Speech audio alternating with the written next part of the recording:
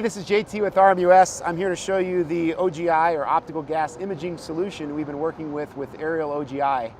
This has been a long time in the works, but the reason it's taken a while is we wanted to find a very simple solution for the capture of gases, right?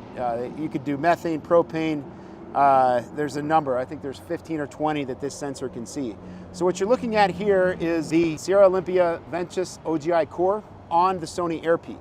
We are using the Sony Airpeak because it's very, very easy to use. It's plug and play, very simple to transport. The batteries come out very easy. This is a very simple drone for anybody to operate. A lot of the solutions we've had in the past were a much larger drone. And so we still are working on those in the future, but right now the simplest, easiest way to do this is using the Sony Airpeak because it's such a solid platform. Also NDA compliant. So when you start the camera up, the sensor has to cool down. So generally there's about a 2 to 3 minute cool down period depending on the ambient temperature to get the core ready. And when you're booting up, you'll see the screen will be a little bit convoluted until that sensor is ready to go. So just keep that in mind when you're using optical gas imaging. It does take a few minutes for the sensor to cool down. Also, we'll show you this in a minute. We're going to capture what's really cool about this. The setup here is it's got a what they call gem mode, so it's actually seeing the movement of the gas, which makes it very easy to identify. Sometimes when you're out in bright light, it's hard to see the gas on your screen while you're doing this. With optical gas imaging, it's a little bit different than the thermal cameras. You're not going through a lot of color palettes. Over the years, research has found that either white hot or black hot is the easiest way to see the methane leaks or any sort of gas. So let's put this in the air and take a look at some of the imagery. Okay, so what you have on the screen here is you can switch between white hot and black hot here. Also, we're going to do a nuke, so that's going to recalibrate the sensor. And right now we have a small leak that's really hard to see in the tank here. So what we can do is go to our gem mode. We'll turn that on, and you can start to see the little green coming out here. So that's the real value. This is a very small leak, but we're able to see that in gem mode, which it's a little bit harder to detect. If we move the drone a little bit, you're going to see the screen turn a little more green. So that's okay. What you're seeing here is you just have to let it settle. This is showing the movement on the screen, so it's a lot easier to detect. Now we can also go to the exposure here and turn up the sensitivity, and we let it sit for just a second here, and you're going to start to see a lot more turns green, but you're going to see the leak a lot more clear here. Okay, so let's capture an event here. So we have the recording. We're going to capture this event,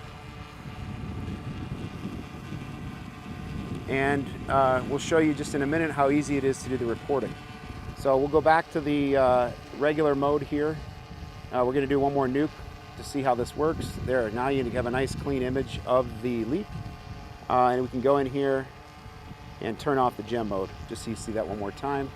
And we can go back to the white hot mode here. Okay, so we've done our flight, captured the data out in the field. We showed how that worked on the screen capture there. So right now we just take the SD card out, put it in our PC. This has to run on a Windows-based computer. Now you'll see the screen that I'm looking at right now.